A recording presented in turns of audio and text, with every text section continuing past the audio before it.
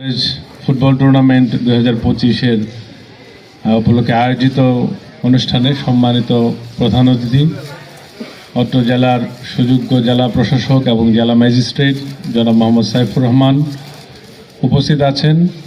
আজকের অনুষ্ঠানের সম্মানিত সভাপতি সহ যারা আজকে এখানে উপস্থিত আছেন খেলায় অংশগ্রহণ করার জন্য, কোচবৃন্দ, শিক্ষকবৃন্দ, সাংবাদিক ভাইবৃন্দ, সবাইকে আসসালামু আলাইকুম।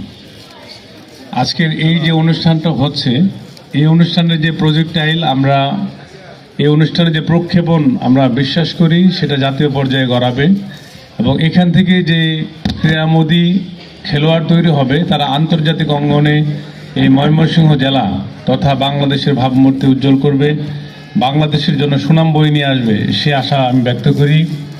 একই সাথে যে চলমান প্রেক্ষাপটে আমরা মাঠে বেশি বেশি আপনাদের পদচারণা আমরা আশা করি যেন মাদক মুক্ত একটি সমাজ বিনির্মাণে আমরা সচেষ্ট হতে পারি।